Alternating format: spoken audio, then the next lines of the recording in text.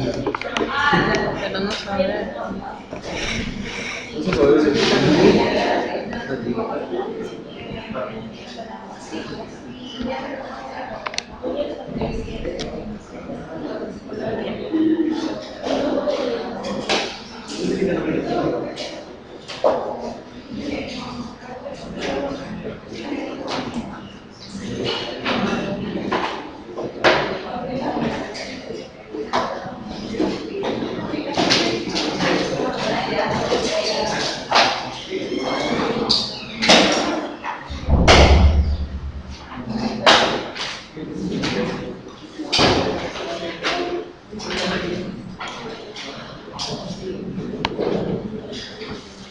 Buenos días, chicos. Hoy día vamos a hablar sobre las maloclusiones verticales.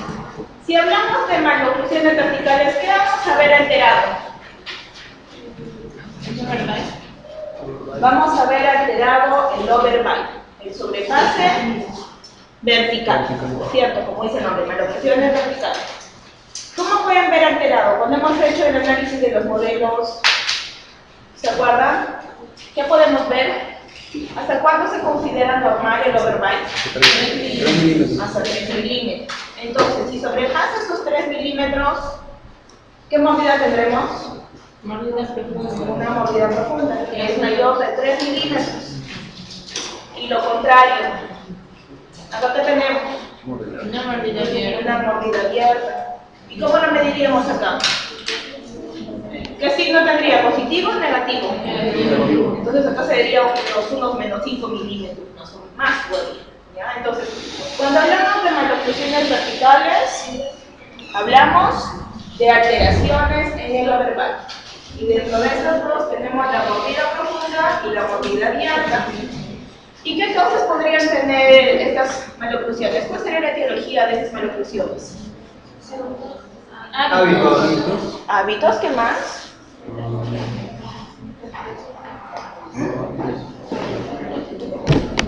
¿Qué más? Así como el resto de maloclusiones eran genéticos y ambientales, ¿no es cierto? Entonces vemos que las mordidas abiertas y las mordidas profundas también tienden a heredarse. Y también algunos factores ambientales, como la parte de los hábitos, la parte muscular, puede afectar y puede desarrollar este tipo de maloclusiones. Entonces, estas son las maloclusiones que afectan el overbite, mordidas abiertas, mordidas profundas, que podrían presentarse en combinación con algunos problemas anteroposteriores o transversales. Podemos ver pacientes que tienen mordidas abiertas y también presentan mordidas cruzadas posteriores, que generalmente, porque puede ser por la presencia de un hábito. Recuerdan que cuando tenemos hábitos puede afectar en la formación del paladar. Digamos, una deglución atípica con interposición lingual que va a traer esta mordida abierta, ¿no es cierto? Y también la posición de la lengua, que es a nivel del piso de boca, va a alterar en la formación del paladar, también creándonos una mordida cruzada posterior. Por eso dice que en este tipo de maloclusiones verticales puede asociarse con problemas transversales o también anteroposteriores, clase 1, clase 2 o clase 3. En este caso será un paciente con una mordida abierta en clase 1, vemos las relaciones molares en 1, un paciente con una maloclusión clase 2, porque acá vemos una relación molar clase 2, puede ser maxilar o mandibular, y acá también pacientes que tienen maloclusión clase 3 pueden presentar este problema vertical. Entonces, en este caso de mordidas abiertas, ¿a qué se refiere? Que es el crecimiento vertical excesivo en la cara, pacientes dólico-faciales, cara larga. Y también que vemos acá a nivel de esquelético, vemos que el ángulo mandibular está aumentado. Entonces, ¿cómo será? ¿Hiperdivergente o hipodivergente si su ángulo mandibular está aumentado? Hiperdivergente. Entonces, también el crecimiento hiperdivergente de tu paciente puede llevarte a una maloclusión con mordida abierta anterior. Entonces, cuando ustedes hagan el análisis de Steiner y vean que su paciente tiene un crecimiento hiperdivergente, tenemos que controlar, porque puede ser que mientras vaya creciendo forme esta mordida abierta anterior, la dirección de crecimiento que tiene, o el patrón de crecimiento. En este caso, tenemos mordida profunda, que puede darse en maloclusiones clase 1, maloclusiones clase 2 y maloclusiones clase 3. ¿Se acuerdan? Una en especial, ¿en cuál de estas vimos mordida profunda? Y todavía era una característica de la maloclusión. En la clase 1. No, ¿te acuerdas de esta? Una maloclusión 2, ¿qué división? 1 o 2. Entonces, en la maloclusión clase 2, división 2, es característica del paciente presentar una mordida profunda. ¿Ya? Esta es la más frecuente. Si ustedes ven un paciente que tiene mordida profunda y si sus dientes están palatinizados, lo más probable es que presente una maloclusión clase 2. Y, ¿se acuerdan las características? Pacientes braquifaciales, ¿se acuerdan? Entonces, en este caso de mordidas profundas, vemos un crecimiento vertical insuficiente de la cara, o sea, pacientes braquifaciales, y con un ángulo mandibular disminuido. Acá será hiperdivergente o hipodivergente. Hipodivergente. Lo cual puede producir una maloclusión con sobremordida profunda. Entonces acá vemos que si vemos a esta paciente es mesofacial, dolicofacial, braquifacial, es dolicofacial, es un paciente con cara larga. Entonces, los perfiles faciales de los pacientes pueden revelar problemas de crecimiento en la dimensión vertical. Lo más probable es que cuando ustedes hagan su análisis de Steiner, tengamos un crecimiento hiperdivergente. Y miren que presenta acá, naturalmente presenta una mordida abierta. Entonces, ¿eso qué quiere decir? Que el tercio inferior está aumentado en comparación del tercio superior y el tercio medio. La clasificación de las alteraciones verticales, como ya les he mencionado antes, son mordida abierta y mordida profunda. Pero esto también tiene una subclasificación, una que es dendroalveolar y otra que es esquelética, que voy a enseñarles más adelante cómo identificar o diferenciar una de la otra. Y la mordida profunda, que también puede ser dendroalveolar o esquelética. Entonces, para que se desarrollen las maloclusiones verticales, vemos que hay una interrelación de diferentes factores etiológicos. Como ustedes han dicho, puede haber factores ambientales, factores genéticos. Y estos cuando se presentan durante el periodo de crecimiento, que son el crecimiento de la maxila, disculpen, y de la mandíbula. Luego, funciones de los labios y lengua, desarrollo dento-alveolar y patrón de crecimiento facial. El patrón de crecimiento facial ya sabemos, hiperdivergente o hipodivergente. Acá en el desarrollo dento-alveolar puede haber un mayor desarrollo solamente en el sector anterior, ya sea superior o también inferior. Digamos, si hay un mayor desarrollo dento-alveolar superior, ¿cuál pasaría? ¿Una mordida abierta o una mordida profunda? Una mordida profunda, porque hay un mayor desarrollo dento-alveolar en el sector anterior, de una mordida profunda. En cambio, si tenemos una disminución del desarrollo alveolar en el maxilar superior, nos dará una mordida abierta. Y acá, importante, función de labios y lengua. ¿Se acuerdan cuando hablamos la clase pasada sobre pacientes con respiradores bucales o pacientes con declusión atípica? ¿Qué pasaba cuando pasaban la saliva? O el mismo hecho de respirar, ¿dónde estaba la posición de la lengua? En los incisivos superiores. Eso es en el caso de declusión atípica con interposición lingual. En el caso de respirador bucal, en el piso de la boca, no está en el paladar. Entonces, si no hay esa fuerza de la lengua que nos ayude a tener una correcta formación del paladar, ¿qué va a pasar con ese paladar? Va a ser estrecho y también puede causar mordidas profundas o abiertas. Otro, labios superiores hipotónicos. ¿Qué va a pasar con esos incisivos? Se van a profinar, lo cual también puede crear una mordida abierta. O un labio inferior hipertónico y con una posición alta. ¿Qué va a pasar con los incisivos? ¿Se acuerdan de la maloclusión 2, división 2? Que teníamos un labio inferior hipertónico con una posición alta. ¿Qué hacía con los incisivos? Lo retroprima. Entonces también vemos que las fuerzas musculares de los labios y lengua pueden provocar una alteración en la posición de los dientes y también crear una mordida abierta o una mordida profunda.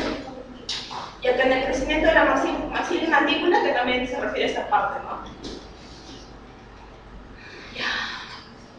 Ahora, un factor importante en el desarrollo de las maloclusiones verticales también es el patrón de crecimiento mandibular. ¿Se acuerdan cuál era la dirección de crecimiento del cóndilo? Acá tenemos la imagen, ¿se acuerdan cómo era? Era hacia arriba y hacia atrás, ¿no es cierto? ¿Y qué va a hacer ese crecimiento? ¿Hacia dónde va a llevar tu mandíbula? Hacia adelante, ¿no es cierto? Entonces vemos que la dirección del crecimiento del cóndilo más común es vertical, hacia arriba y con un componente anterior. Y cuando hablamos sobre el desarrollo de toda la mandíbula, aparte de este crecimiento del cóndilo, ¿qué veíamos acá en la rama? Había reabsorción o posición. La posición. Acá a nivel de la parte posterior de la rama. Reabsorción. Vamos a ver más adelante para explicarles eso. Entonces, vemos que este crecimiento condilar hacia arriba y hacia atrás, simultáneo con la aparición de hueso nuevo en la parte posterior de la rama, se combina con ¿qué? Con un desplazamiento de la mandíbula hacia abajo y hacia adelante, lo que hemos dicho, ¿cierto? Acá el hecho de que el cóndilo crece hacia atrás y hacia arriba hace que su mandíbula se desplace hacia abajo y hacia adelante. Y vemos que también la rama mandibular crece tanto vertical como horizontalmente. Acá, los disquitos que giran, ¿qué creen que significan?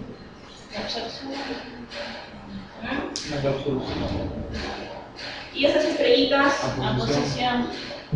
a ver, acá hay absorción o posición. Ahí absorción, no, absorción. ¿Se acuerdan cuando hablábamos de la formación del hueso? Absorción es el cóndilo. Acá hay oposición. No, ahí hay otra Ahí no hay posición. Ya, entonces acá, donde están esas estrellitas para que recuerden, hay una reabsorción, hay una remodelación ósea, acá hay reabsorción. Y a nivel de la apófisis del cóndilo y la parte posterior de la rama, los disquitos, aposición, ¿ya? Entonces, este crecimiento y aposición de hueso también genera un descenso de la mandíbula hacia abajo y hacia adelante, lo que determinaría un crecimiento vertical total del complejo nasomaxilar. Entonces también esta posición y esta reducción hace que tengamos un crecimiento vertical.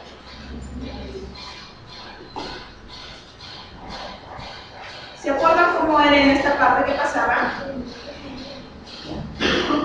También tenemos acá en el maxilar superior un crecimiento hacia dónde? Hacia abajo y hacia adelante. Hacia abajo y hacia adelante. Acá, ¿qué significan los disquitos? Son zonas de posición. A posición, ¿no es cierto? Acá tenemos un crecimiento del maxilar superior hacia abajo y hacia adelante por aposición. ¿Y dónde tenemos? Tenemos aposición, y recuerden que siempre la posición viene con una reabsorción. ¿Ya? Entonces, si tenemos reabsorción arriba y aposición hacia abajo, hace que tengamos este crecimiento hacia abajo y hacia adelante. El proceso compensatorio vertical permite un desplazamiento anterior de todo el maxilar con un descenso del mismo para buscar la oclusión con su antagonista. Entonces, este crecimiento que tenemos por la posición de hueso, ¿qué hace? Que también nuestro desarrollo vertical aumente, ¿no es cierto? Por el mismo crecimiento no vamos a tener un crecimiento contrario, que se disminuya el desarrollo vertical. Esta posición de hueso hace que tengamos una cara más larga, ¿ya? Durante el crecimiento.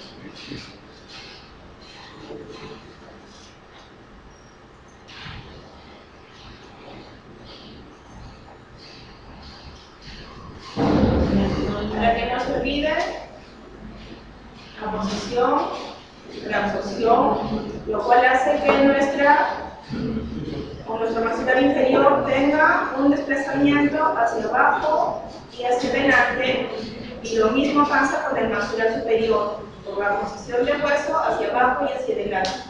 Y si esto se va hacia abajo y hacia adelante y este también, tenemos un aumento en la dirección vertical.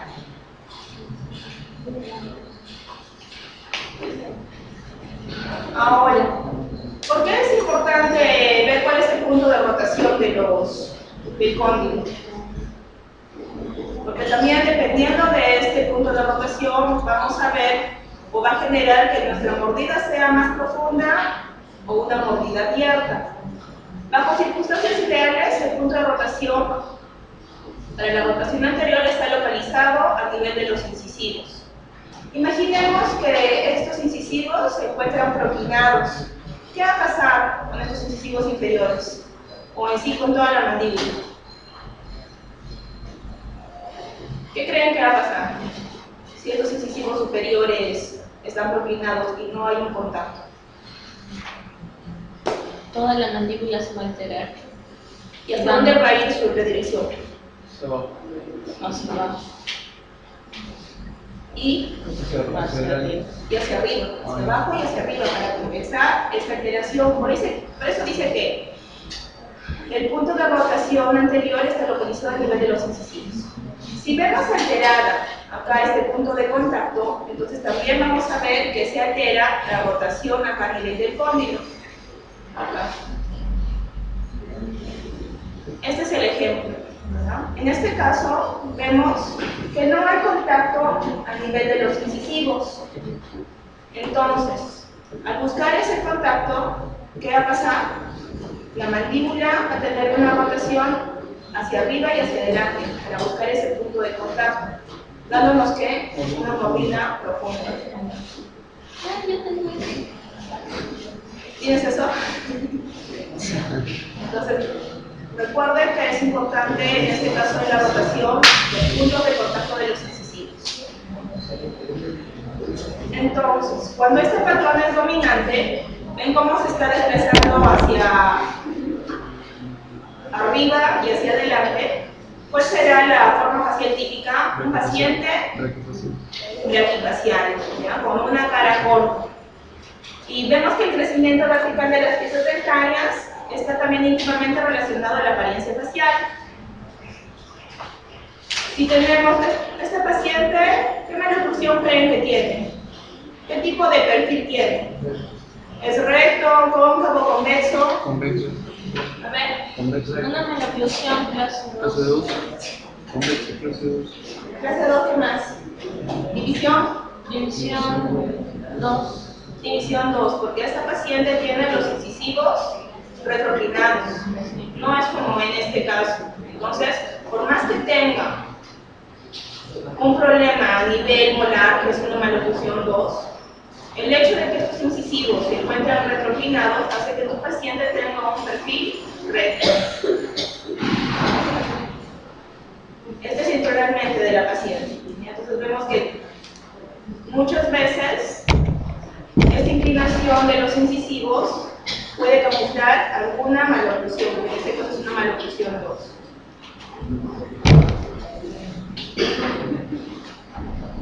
Ahora, en pacientes que tienen el punto de rotación más cerca al cóndilo, tendremos que se creará una mordida abierta. Que esta paciente, miren cómo es su cara. Dólido facial. Y en este paciente, ¿qué creen que tratamiento recibiría? Ortognática. Sí, ortognática. Y para eso primero tenemos que saber diagnosticar si el problema es esquelético o solamente es desarticulado. ¿Cuál es la prevalencia de las maloclusiones verticales? A ver, ustedes que han visto personas blancas o de raza negra, ¿cuál creen que sea la prevalencia de las mordidas abiertas? ¿Será más en raza blanca o en raza negra? En raza negra. En raza negra, ¿ya? Y las mordidas profundas, no sé si en raza blanca, ¿ya? Según un estudio que se realizó en los años 1988 y 1991 en Estados Unidos, examinando 3 grupos raciales, blancos, negros y mexicanos, vieron que la raza blanca tuvo un promedio de sobremordida mayor comparando con los negros y los de origen mexicano, y en cambio los pacientes de raza negra tenían una mayor proporción de mordida abierta comparado con el resto. Entonces, según la prevalencia, según este estudio, nos dice que más común en raza blanca es la presencia de mordidas profundas y en raza negra de mordidas abiertas.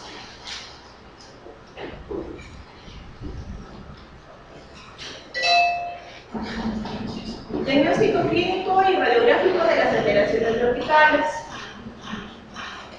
¿Qué vemos en una mordida abierta? Recuerda que podemos tener mordidas abiertas anteriores y también podemos tener mordidas abiertas posteriores. ¿Por qué creen que se puede originar una mordida abierta posterior? Por un contacto prematuro a nivel anterior. O puede ser una sobreerupción de los dientes, o porque también estos procesos alveolares son mayores comparado con el proceso alveolar a nivel posterior. O por una obstrucción de los dientes anteriores. O por una exclusión. O por una intrusión, bien raro, bueno, que los dientes estén anquilosados, pero acá bien raro.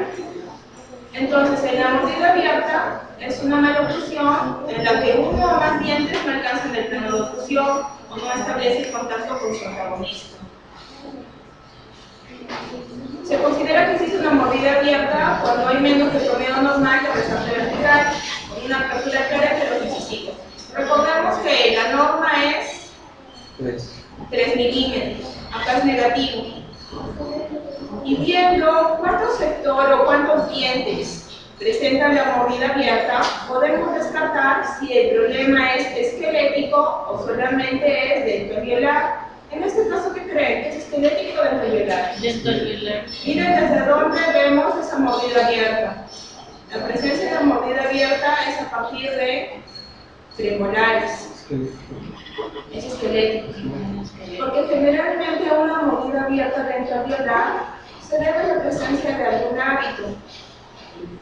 Y tu lengua jamás va a lograr que tu premolar o tu molar tenga esa mordida abierta, solamente va a alterar el sector anterior.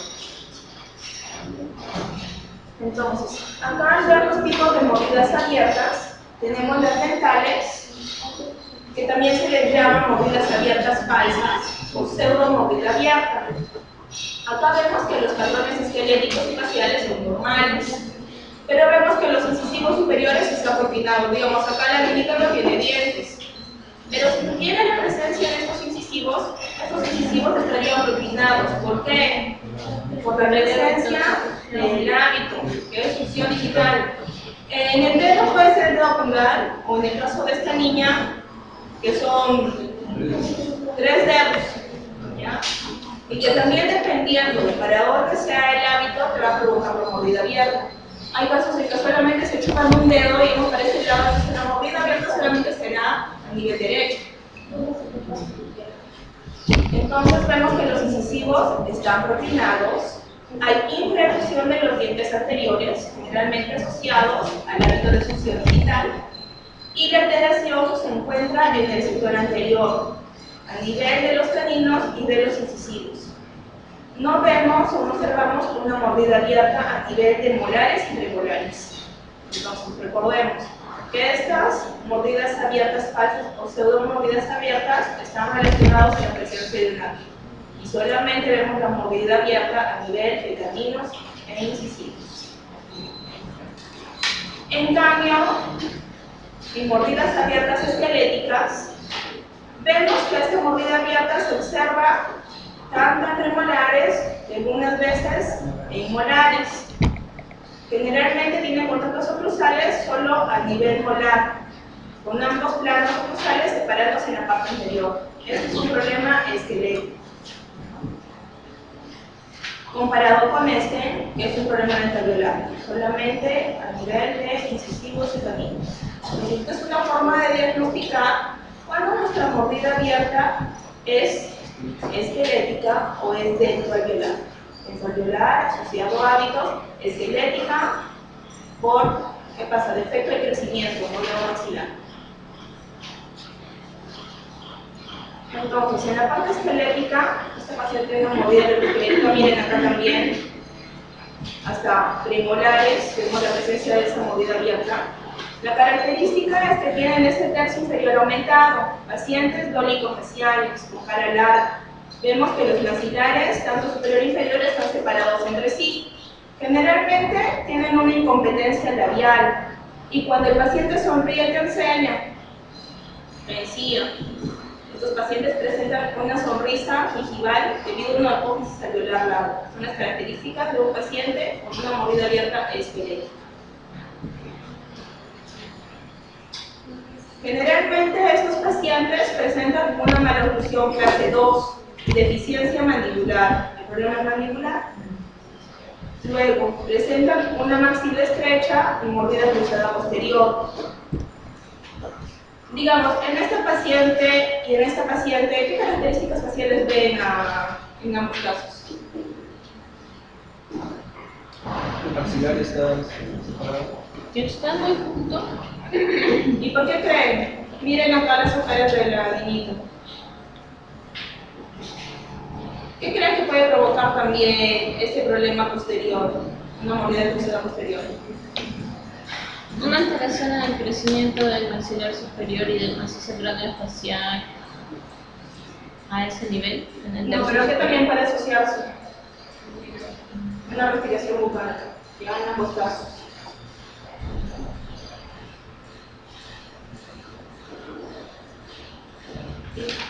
Acá ya hemos dicho, ¿no? Que tienen patrones dólico-faciales y en nuestro análisis de Steiner tenemos un crecimiento hiperdivergente.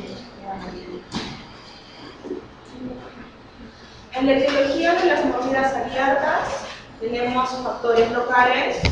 Acá el paciente presenta una deglución atípica con interposición igual y vemos que la mordida abierta se presenta solo a nivel de los incisivos o también la presencia del hábito de succión digital, lo cual nos puede crear una mordida abierta. Factores locales, la respiración, ¿se acuerdan de la posición de la lengua? Ahora voy a enseñarles. Luego lo que les dije, la hipotonicidad muscular, un labio superior hipertónico no ejerce la fuerza suficiente en los incisivos, provocando una mordida abierta o una reclinación de los incisivos superiores. También problemas a nivel de las adenoides o amígdalas agrandadas. ¿Qué pasa si el paciente no puede respirar bien por la nariz? Miren, acá un paciente está respirando normal por la nariz. ¿La posición de la lengua cuál es? Hay una presión a nivel del paladar, ¿no es cierto? En cambio, en el caso de pacientes respiradores bucales, por la presencia de alguna alteración, puede ser alteraciones en adenoides o amígdalas agrandadas, miren, respiramos con la boca abierta, posición de la lengua hacia abajo, lo cual trae también una alteración a nivel del maxilar superior. También puede ser por la desviación de un tabique nasal, que puede provocar una alteración y también creamos una mordida abierta. Acá respiramos con la boca abierta, posición de la lengua baja, y la lengua se adapta a una posición más baja y adelantada.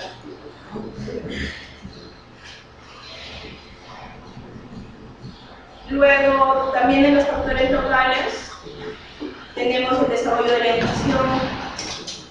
A veces, cuando los niños no tienen los incisivos centrales que pasa, tienden a crear el hábito de llevar los dientes en el espacio edéntico, creando también un hábito y provocando una alteración, una mordida abierta en el recambio de silos o permanentes. O también, otros factores, tenemos la herencia. Si hay en la historia familiar un paciente con mordida abierta, lo más probable es que también alguno de los hijos o familiares hereden esta mordida abierta. Este paciente de raza negra, mordida abierta, a la próxima clase 3, y también algunos defectos son congénitos. Ya en este caso, una niña con labio paladar considerado.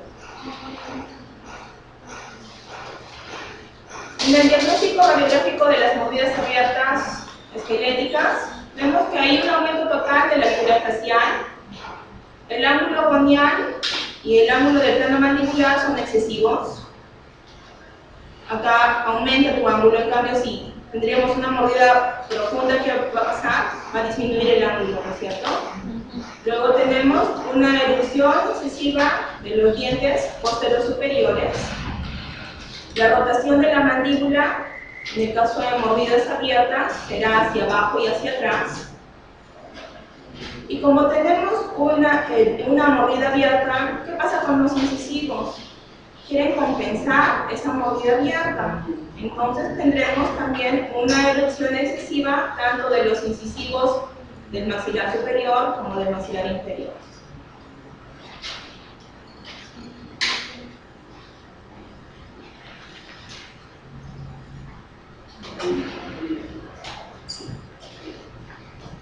Acá vemos mejor la imagen, ¿no es cierto? Miren este ángulo mandibular, está aumentado.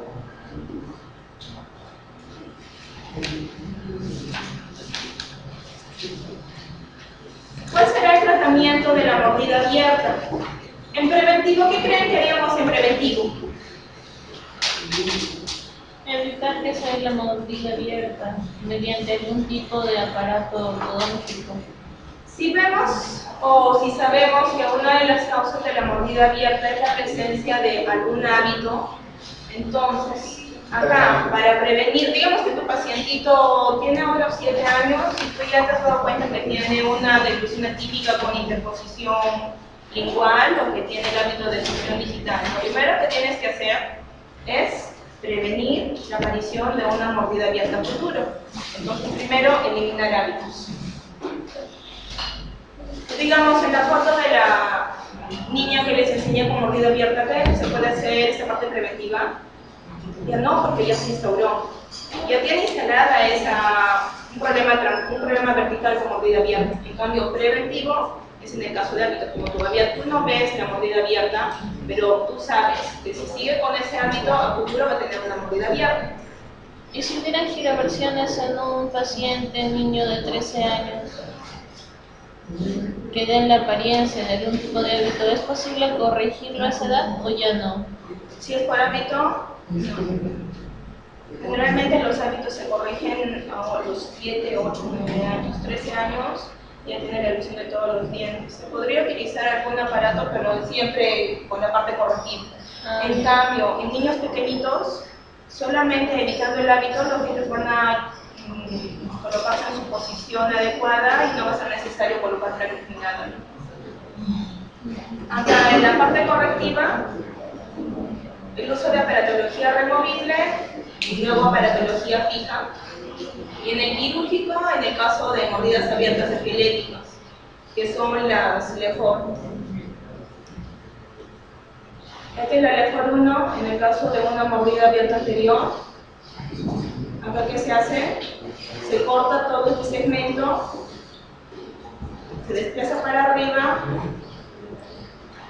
esta parte posterior, lo cual corrige esta mordida abierta. Y luego se fija con placas.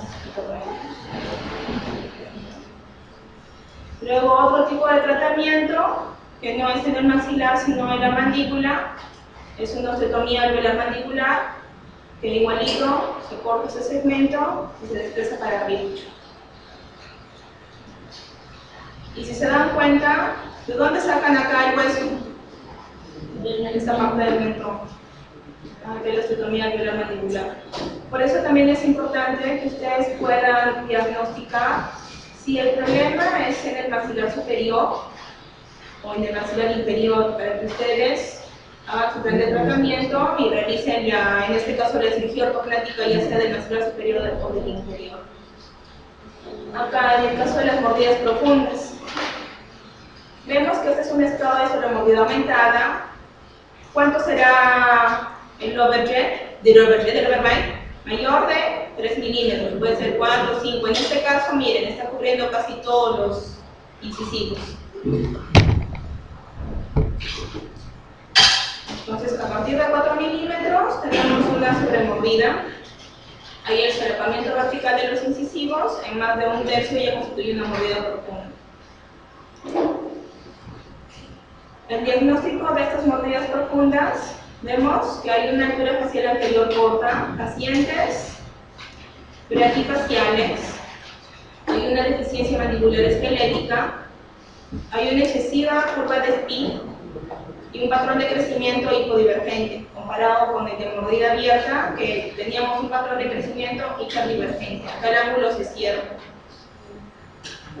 ¿Se acuerdan que les dije que era una característica de la maloclusión 2, división 2? Pacientes, división 2.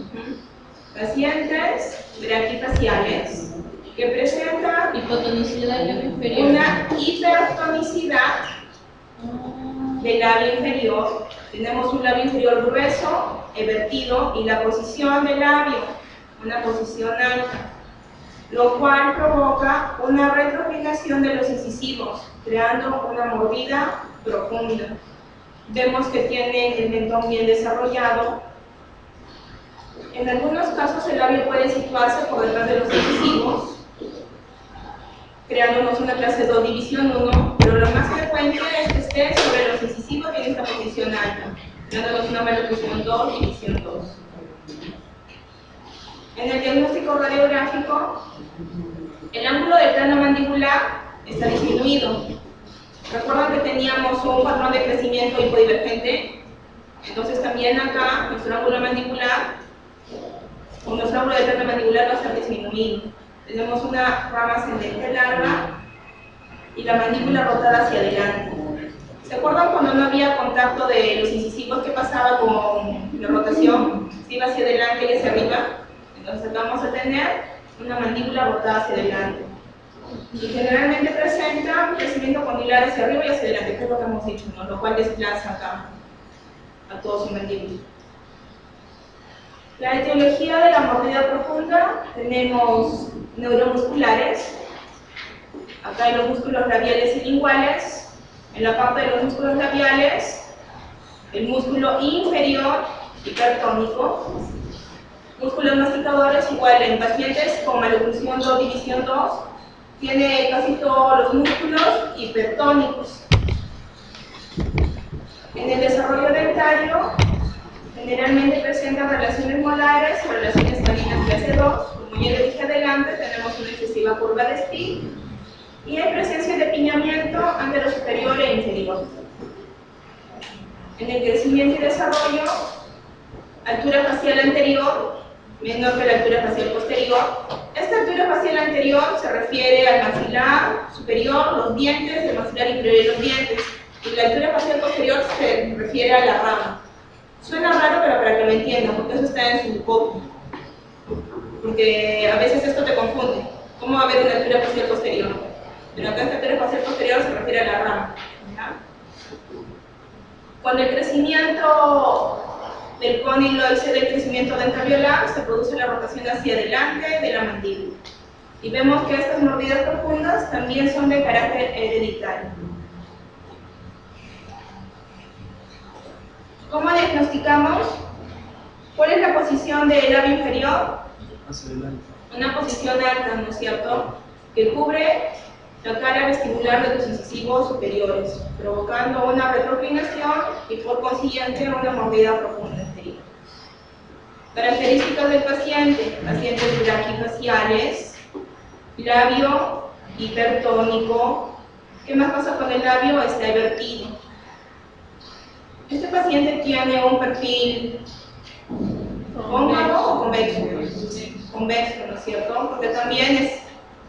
¿Qué pasa con su tejido blando? Es cortito, tiene bastante tejido blando que te puede camuflar alguna maloclusión. Recuerden que a veces los tejidos blandos nos ayudan a camuflar ciertas maloclusiones. Acá, como es gordito, te camufla por completo la maloclusión. Y se nota acá que sus incisivos están retroclinados. Integralmente, incisivos en el sector anterior piñados, incisivos retroclinados, mordida profunda. El tratamiento de estas mordidas profundas Depende de la meta de tratamiento. Dentro de estas puede ser la inclusión de incisivos, la extrusión de los molares o combinación de ambos. Luego corregir la parte del perfil facial y la estética. Aunque un perfil recto dentro de todo es el más estético, comparado con un perfil cóncavo o un perfil convexo.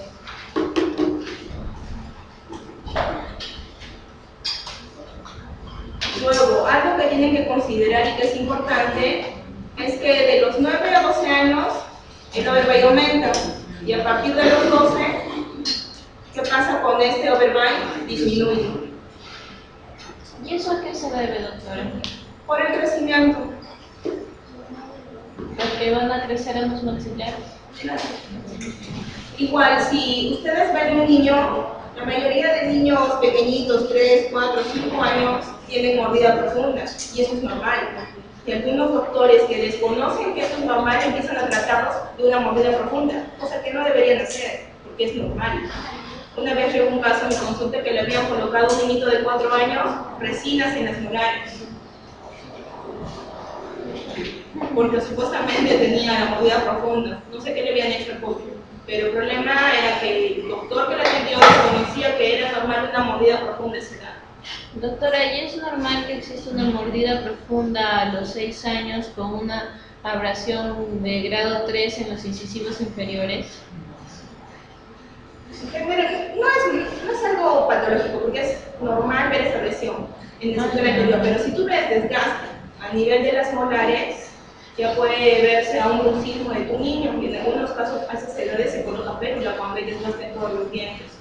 Pero en el sector anterior no, como te digo, es normal esa mordida profunda, y el hecho de que tengan esa mordida profunda puede provocar ese desgaste. Pero tú no puedes tratar una mordida profunda porque es normal esa edad. ¿Sí? Tú ves el desgaste a nivel de las molares, ves todo plano, ahí sí podrías pensar que el problema es por el bruxismo.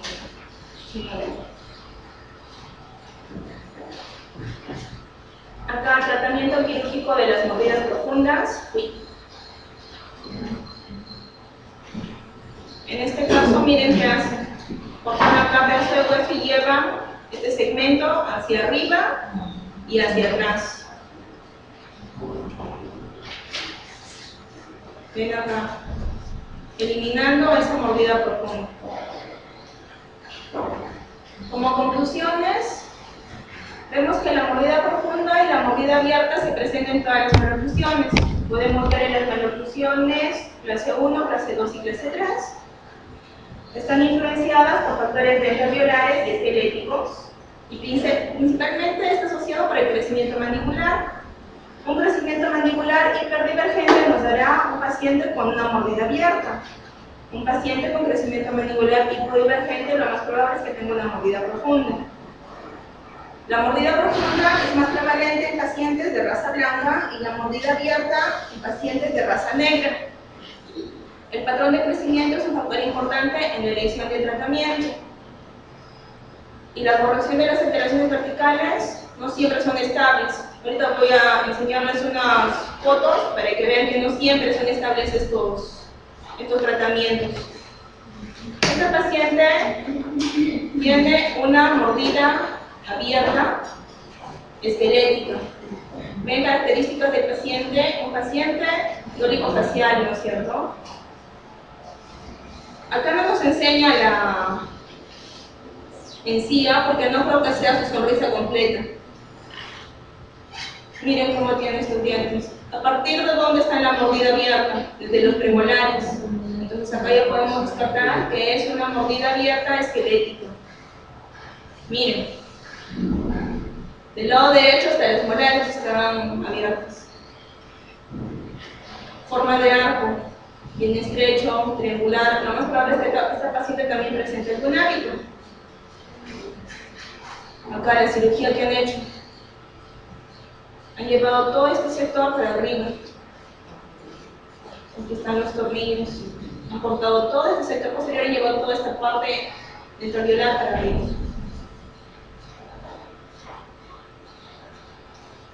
Y acá también el mentón. Miren el cambio. Parece otra persona, ¿no? Por completo.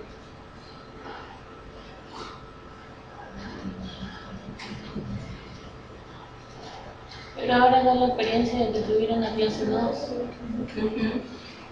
Más vieja. Pero comparado con su cara larga, ha mejorado bastante estéticamente. Más vieja. Más viejo. Más vieja. Lamentablemente, pero a tener tu cara larga y tu mordida abierta, 500 años. Doctora, ¿tiene tornillitos a nivel del tabique en la radiografía anterior? ¿Qué es eso? no, porque en esta zona no se agarra nada, solamente es acá. Rinoplastia. Así, por ahí, Ah, sí. Miren acá. Ve acá, se ve mejor, ¿no? Un buen cambio para la paciente después de su cirugía. Y acá otra vez está joven.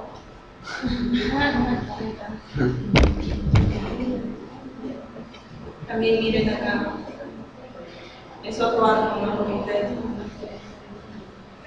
Ah, no, cambiaron. Antes, después. No, se cambió. Antes, después.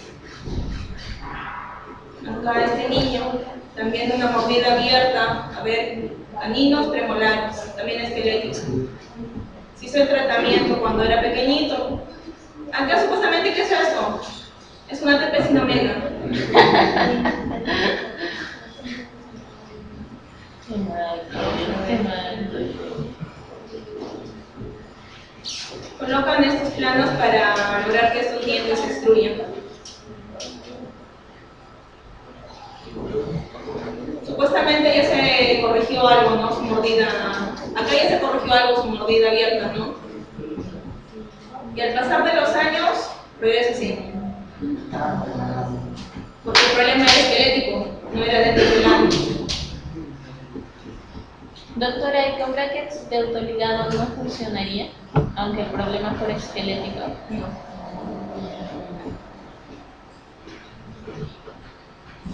Otra vez tuvieron que colocarle brackets y el paciente pasó una cirugía ortognática.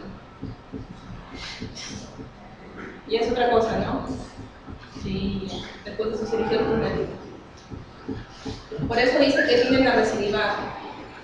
Y es importante que ustedes hagan el diagnóstico si es esquelético o dentario para que hagan un tratamiento. Porque si ustedes tratan una maloclusión esquelética como dentario, van a ver que va a haber recidivas.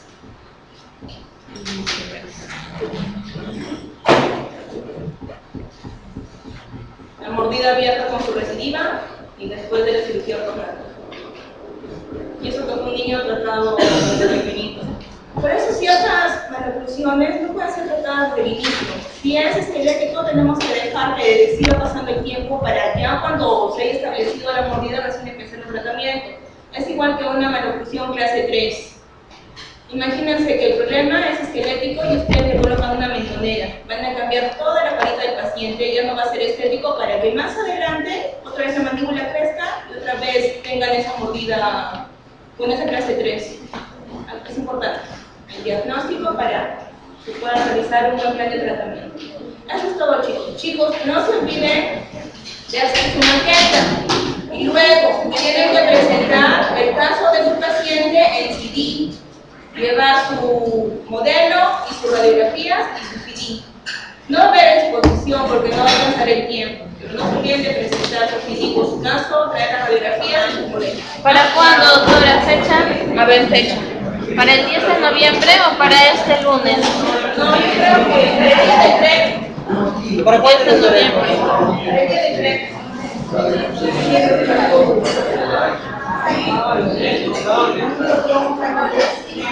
Sí.